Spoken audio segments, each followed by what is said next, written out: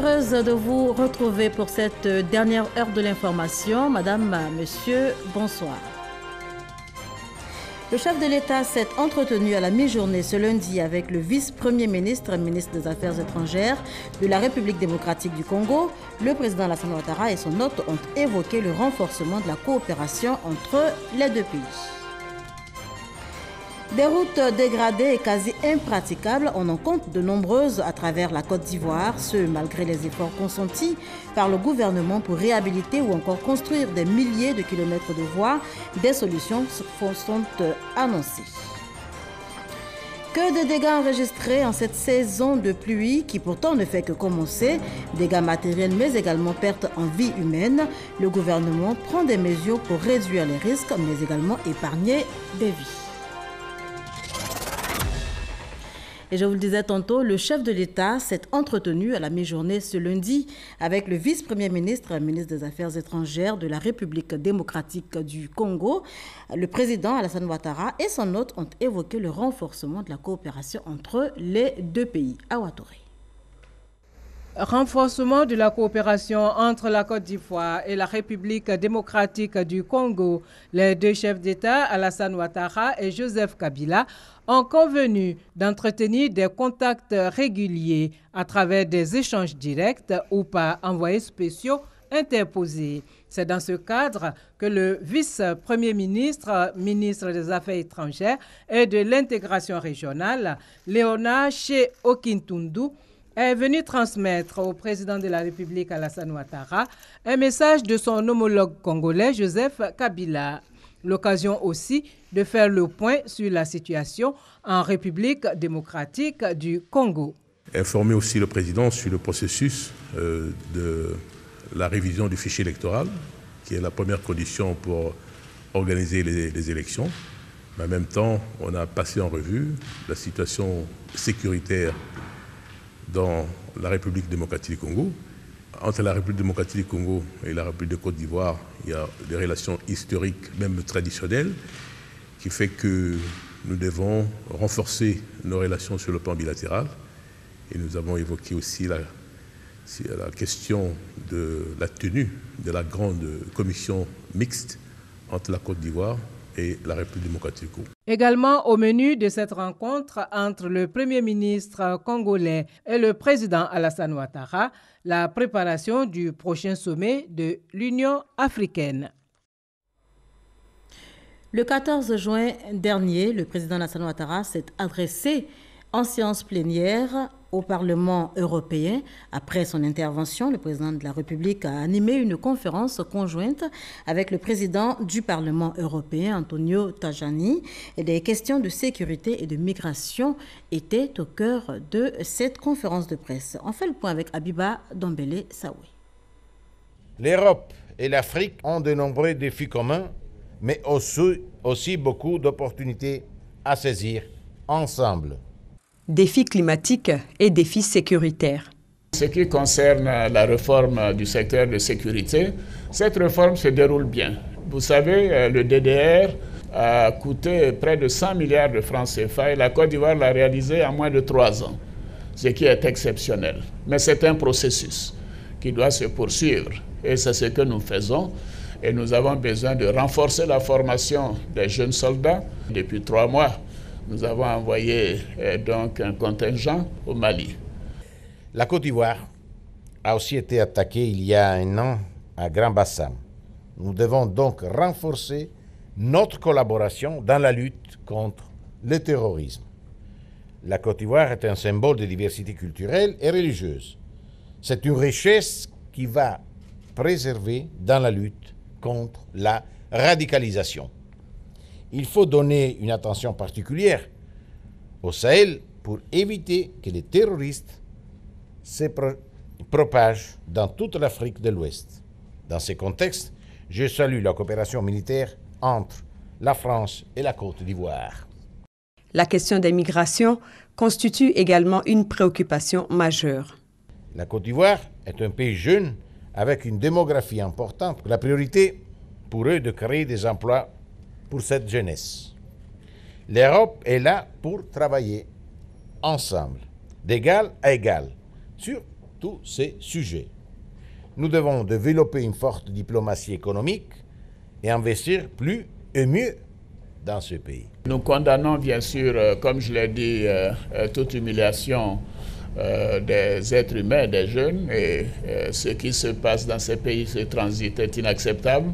Mais je vais faire remarquer qu'en réalité, beaucoup de ces personnes qui arrivent en Italie et disent qu'elles sont de nationalité ivoirienne ne le sont pas. Les derniers sondages ont montré qu'à peine 10% des personnes venant de Côte d'Ivoire, parce que c'est de là que beaucoup partent, compte tenu du fait que le quart de la population ivoirienne est composée de non-ivoiriens. Et ce qu'il faut, c'est créer des emplois pour tout le monde, pour que ces jeunes gens ne se retrouvent pas dans des situations dramatiques. L'actualité politique nationale s'est invitée également à cette conférence de presse.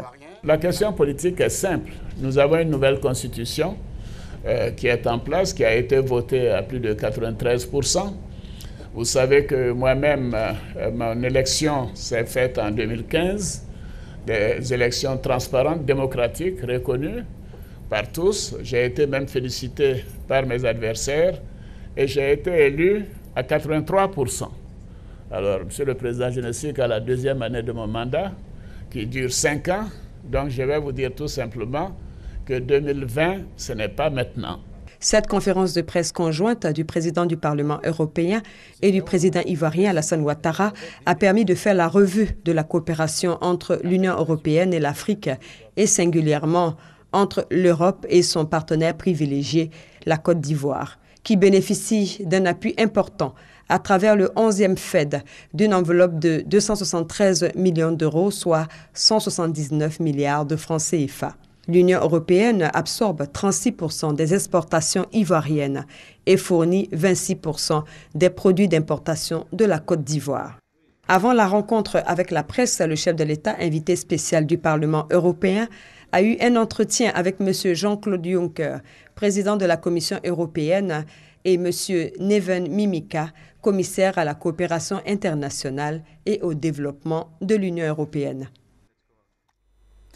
Des routes dégradées et quasi impraticables, on en compte de nombreuses à travers la Côte d'Ivoire, ce malgré les efforts consentis par le gouvernement pour réhabiliter ou encore construire des milliers de kilomètres de voies à travers le pays. Fort heureusement, des solutions sont annoncées pour venir à bout de la question. Récemment, le ministre Amédée Kouakou était sur le terrain. Francis Boifou. Samedi, il est 16h13. Nous sommes sur la voie express entre Adjamé et Yopougon, dans le district d'Abidjan. Obligés de rouler à 20 km/h. Un embouteillage au niveau de la forêt du Banco.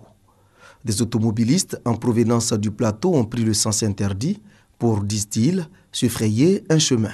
Il a pris le sens interdit pour pouvoir avancer parce qu'il y a un fossé là-bas et les petits véhicules ne peuvent plus passer. Il n'y a que les gros camions qui peuvent passer.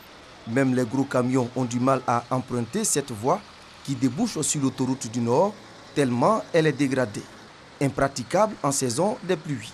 Autre décor, même réalité sur cette rue qui mène au terminus 27, Niangon à gauche, dans la commune de Yopougon. Apprécié.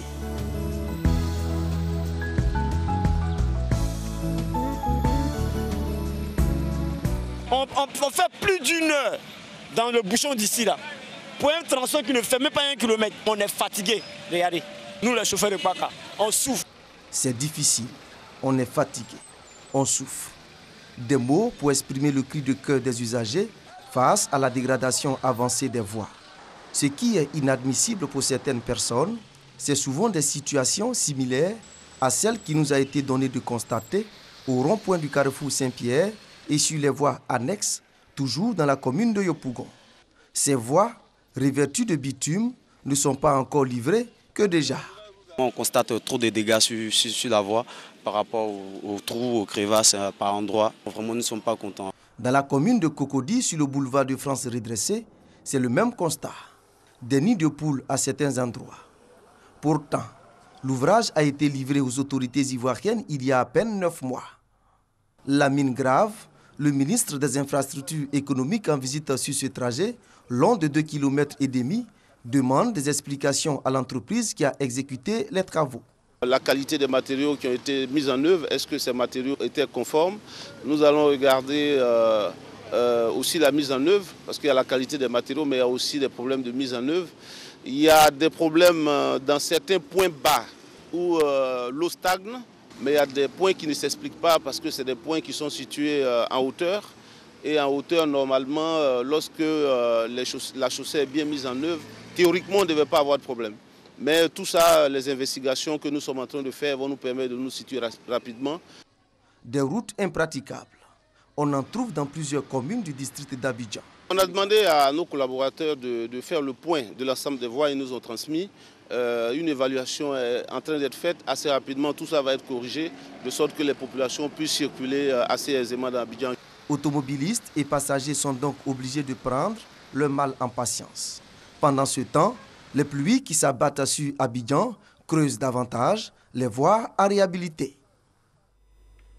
Dans le sud-ouest de la Côte d'Ivoire, la voie est désormais ouverte pour accéder à San Pedro. La circulation a repris sur les différents axes menant donc à la ville, des axes qui avaient été coupés par les eaux de pluie.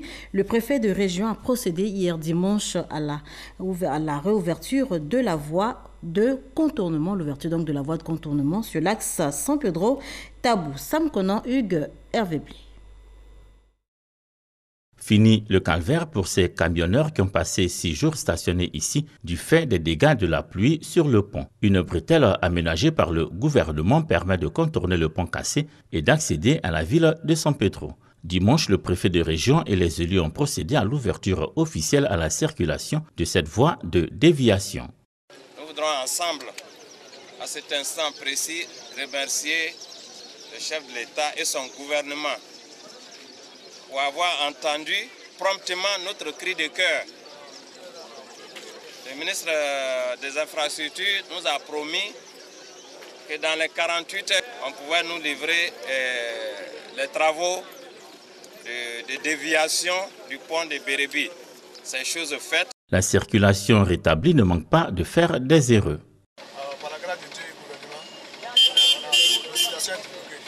On va rentrer en famille par la grâce de Dieu. Sur l'axe San Pedro-Soubré, des travaux ont lieu. L'initiative, en soutien aux actions du gouvernement, est du député de la commune. Depuis donc le corridor de Bérébi jusqu'au rond-point de la gare qui était totalement dégradé, nous avons refait totalement les travaux. Nous pensons que c'est un soulagement total, un soulagement pour l'ouverture donc de la déviation et un soulagement pour la voie principale de San Pedro qui est totalement reprofilée et qui peut être utilisée sans aucune difficulté. Le début des travaux de réfection des ponts cassés, qui sera financé par le gouvernement, est prévu pour cette semaine. Au niveau de la côtière, l'eau s'est retirée de la chaussée. La circulation a aussi repris, même si la voie reste difficilement praticable. Voilà, que de dégâts enregistrés donc en cette saison de pluie, saison qui pourtant ne fait que démarrer, dégâts matériels, mais également perte en vie humaine. Le gouvernement prend des mesures pour réduire les risques, mais surtout épargner des vies. Dans les zones à risque, les habitants ont été déguerpis et des travaux sont en cours dans le quartier où les inondations font rage. C'est ce que nous disent Chris Diomandé et Franck Quadio. Un espace vert dans un bas-fond long de plus de 300 mètres. Bien visible, une plantation de bananiers. Nous sommes sur l'ancien site à risque de Gobeli, quartier précaire dans la commune de Cocody. 2 ans en arrière, ce site était occupé par des habitations. Et pendant les saisons pluvieuses, de nombreux morts étaient enregistrés selon quelques habitants trouvés sur place, ceux vivant encore dans la partie située en amont, la partie jugée non dangereuse. Des populations de ces zones déguerpies donc par les autorités afin de préserver des vies. Action salutaire, car pour ces fortes pluies qui arrosent le district d'Abidjan depuis plusieurs semaines, aucun mort n'a été enregistré à Gobeli. L'État fait un bon pas. Ce n'est pas déguerpi l'espace aujourd'hui, en 37 ans de pluie diluvienne, il y a plus que 40 à 50 morts. Toujours à Cocody, à la rivière 2, ici les eaux de ruissellement venant d'Abobo inondaient tout le quartier.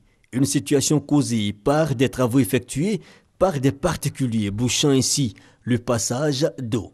Le problème est désormais un vieux souvenir, l'État ayant trouvé une solution durable. Avant, on avait des soucis d'inondation. À chaque saison des pluies, Les maisons même sont inondées, à tel point même qu'on a eu déjà même à sauver même des personnes ici qui ont failli même se noyer. Au jour d'aujourd'hui, avec les travaux qui ont été exécutés, on n'a plus ce problème-là. On dit merci au gouvernement, voilà, et que de continuer ainsi. Non loin de là, à la rivière Bonoumen, même constat. Les riverains ont retrouvé le sourire parce que le calvaire d'il y a 2 ans relève aujourd'hui du passé. Il faut remercier vraiment le gouvernement qui a fait vraiment un travail et qui a fourni des grands efforts. Aujourd'hui, grâce à eux, vraiment, tous les riverains vraiment dorment bien. Mais je pense qu'ici, à la rivière Bonoumen, sincèrement, le caniveau a réussi. De Cocody, rendons-nous sur un ancien site à risque bien connu, Mosikro, dans la commune d'Atekoubé. De loin, on peut apprécier un relief accidenté, couvert de verdure, et de l'autre côté, un espace devenu un pâturage.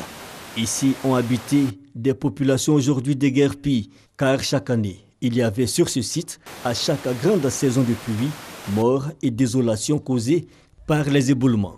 L'année dernière, ils ont cassé les maisons, bon, ils n'est plus venu. Même site là encore, ils sont pas taillés. Voilà, cette année, il n'y en a pas eu de dégâts. Des sites aujourd'hui préservés de tout risque, mais restent encore à travers le district d'Abidjan et même au-delà des zones critiques. Les autorités exhortent toujours les populations à libérer les emprises publiques ou encore les zones à risque afin d'éviter de nouveaux drames. Et on change complètement de sujet. Ouverture ce lundi de la première session de la Cour d'assises d'Abidjan au Palais de la Justice, au Plateau. Pour cette première session, 5 affaires à juger, dont celle de l'ancien ministre Assoua Adou. Et ce sera le 24 juillet prochain. Issaïo. La première session de la Cour d'assises d'Abidjan, ouverte au Plateau. Il s'agit au cours de ces assises de démontrer que le peuple a un rôle important à jouer à la justice en tant que juré. La Cour d'assises, c'est une émanation du peuple. Donc la session d'ouverture permet d'informer le peuple que la Cour est en train de siéger. Donc c'est l'intérêt, surtout pour l'installation des jurés qui viennent du peuple, des personnes, des hommes et des femmes qui viennent de la société. Quand la Cour doit siéger, il faut informer ce peuple que certains de ses composants sont en train de participer au jugement des semblables.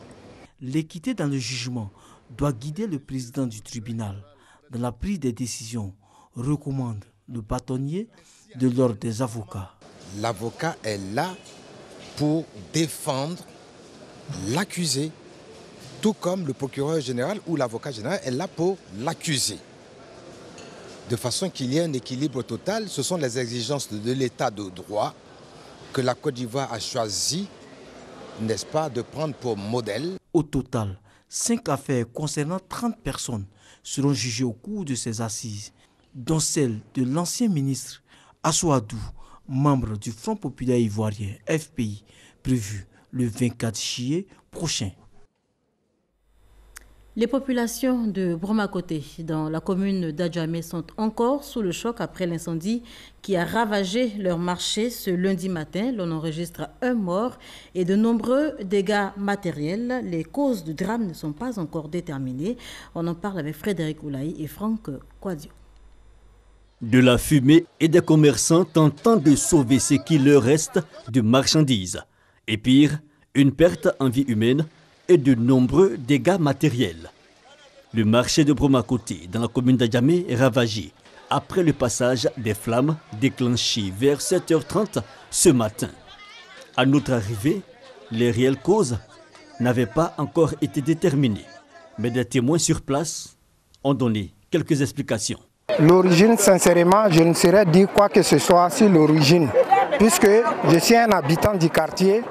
Nous avons constaté la fumée qui sortait du marché et les commerçants ont commencé à ramasser les bagages pour venir vers nous.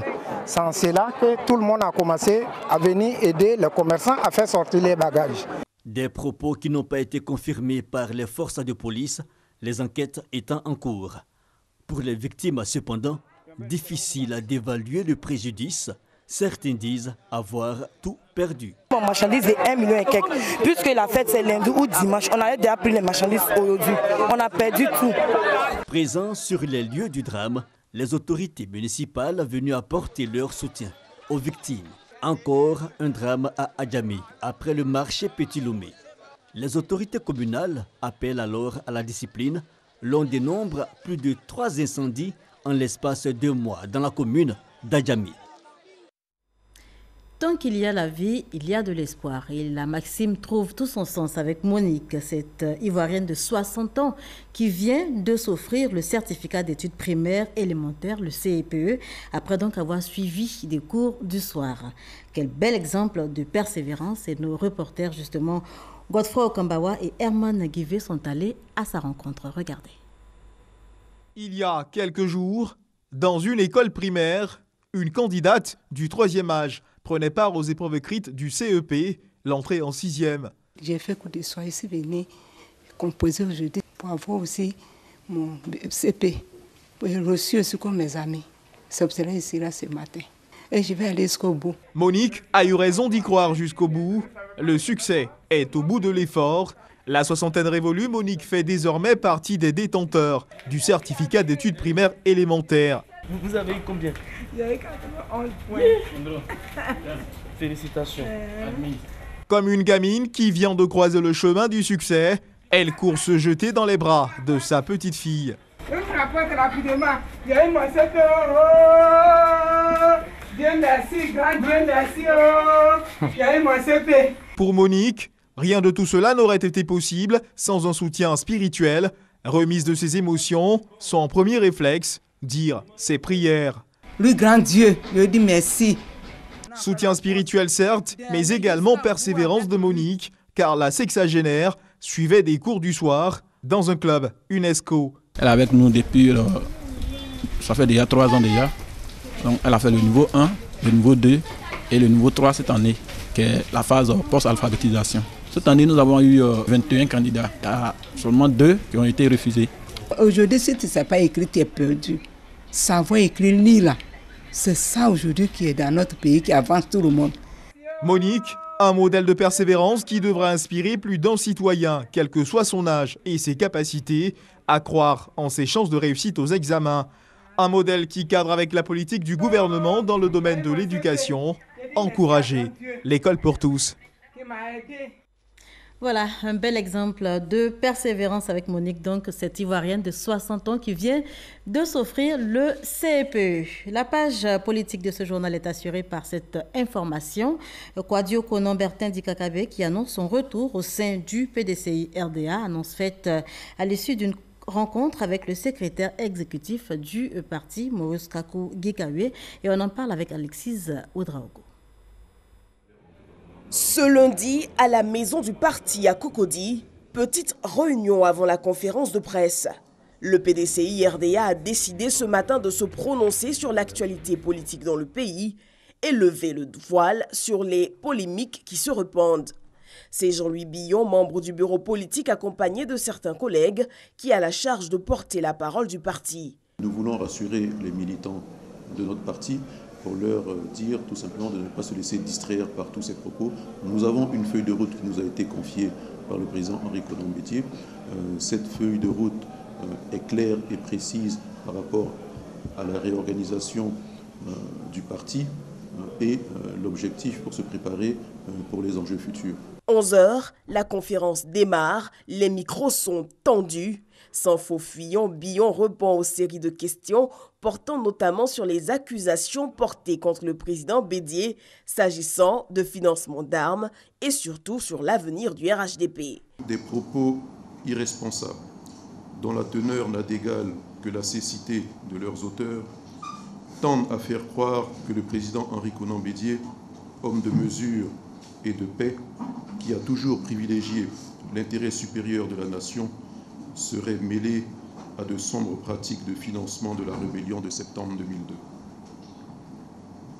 Devant des accusations aussi graves, le PDCI RDA réuni en sa session hebdomadaire du 13 juin 2017, qui a fait un examen approfondi des derniers développements de l'actualité sociopolitique, s'indigne que de telles allégations mensongères soient proférées en direction de son président, auteur de l'appel de Taoukro, homme de mesure, de consensus et de paix qui ne ménage aucun effort pour que notre pays retrouve la stabilité, la cohésion et la prospérité.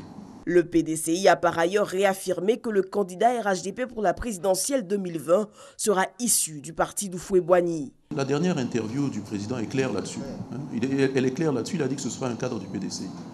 Et il a même ajouté que si d'autres partis du RHDP voulaient avoir leur candidat, à ce moment-là, on avisera.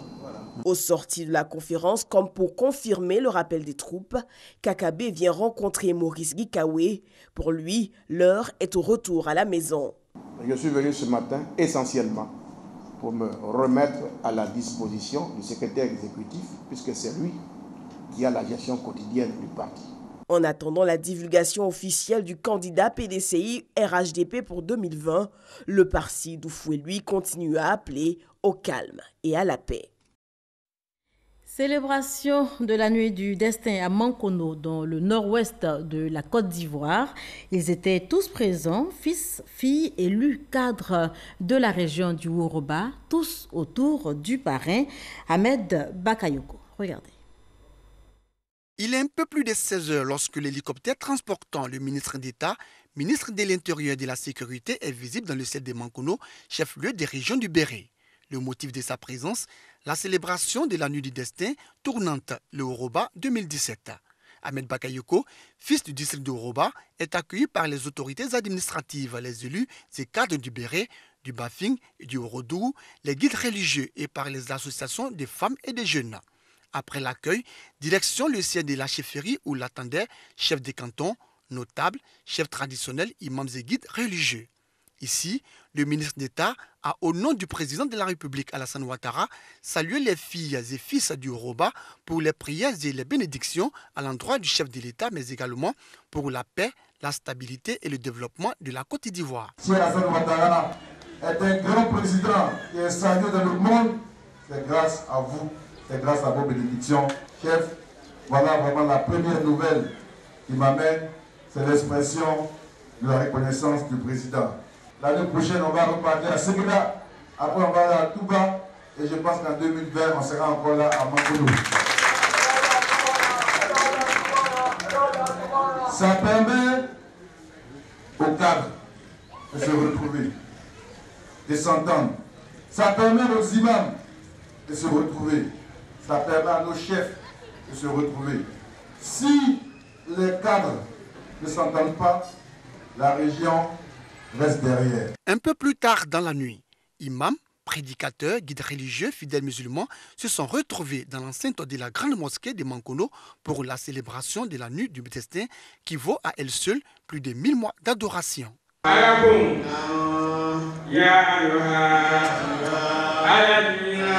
La nuit que nous recherchons dans la dernière décade du mois de Ramadan, c'est la nuit qu'on appelle la nuit d'El-Qadr, la nuit de la destinée pour certaines traductions. Donc toute l'adoration que nous faisons, c'est pour avoir cette récompense-là, cette grande grâce d'Allah subhanahu wa ta'ala. Nuit de destin célébrée en présence du parrain, le ministre d'État Ahmed Bakayoko, initiateur de la nuit du destin dans le Woroba, mais également en présence des élus et cadres du Béret, du Bafing et du Worodougou. Cette nuit, qui est une nuit spéciale, puisse nous profiter pour avoir la paix.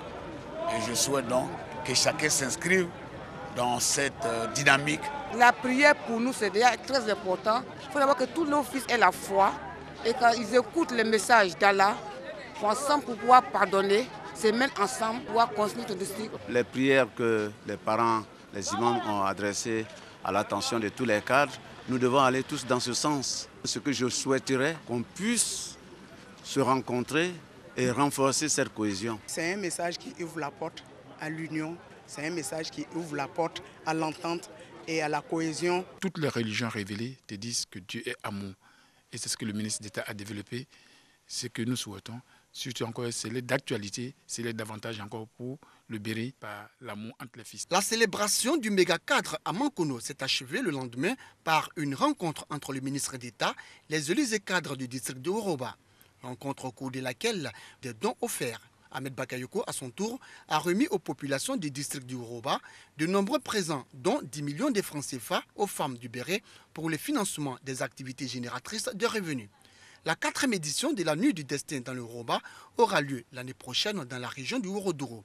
Chants liturgiques, louanges, prières et bénédictions. Autre temps fort de cette cérémonie spirituelle, le Méga Cadre 2017 dans le Béret. Et le reportage est signé par Gassoro Kone avec Herman Guivet, direction Paris, en France, où les résultats des législatives sont connus. Majorité absolue pour la République en marche. Nationale française, multicolore, avec une dominante, le jaune, pour la Révolution en marche d'Emmanuel Macron. Avec cette victoire largement en marche, les élus Macron dressent une palissade entre eux et les partis traditionnels, le Parti socialiste et les Républicains. De manière générale, les 3/4 des députés n'ont jamais mis les pieds à l'hémicycle. Question genre, l'on note 40% de femmes sur 577 députés au total. La Révolution en marche a également trouvé succès auprès des Français de l'étranger pour ce second tour des législatives. Elle remporte 10 des 11 circonscriptions en jeu. En tout, 350 sièges pour la Révolution en marche et ses alliés. 113 sièges pour les Républicains, 33 pour le Parti socialiste, 8 sièges pour le Front national de Marine Le Pen, 17 sièges pour la France insoumise de Jean-Luc Mélenchon. Des résultats satisfaisants pour le camp Macron, le président de la République et son gouvernement disposent d'un nombre d'élus satisfaisant pour faire passer leurs réformes. Voilà, la France qui vient de déjouer un attentat sur les Champs-Élysées. Un conducteur de véhicule a visé cet après-midi un fourgon de gendarmes. Le suspect connu des services de renseignement est décédé pendant son forfait. Voilà qui met un terme à ce journal. Merci de nous avoir suivis. Retenez ceci, qui veut aller loin ménage sa monture.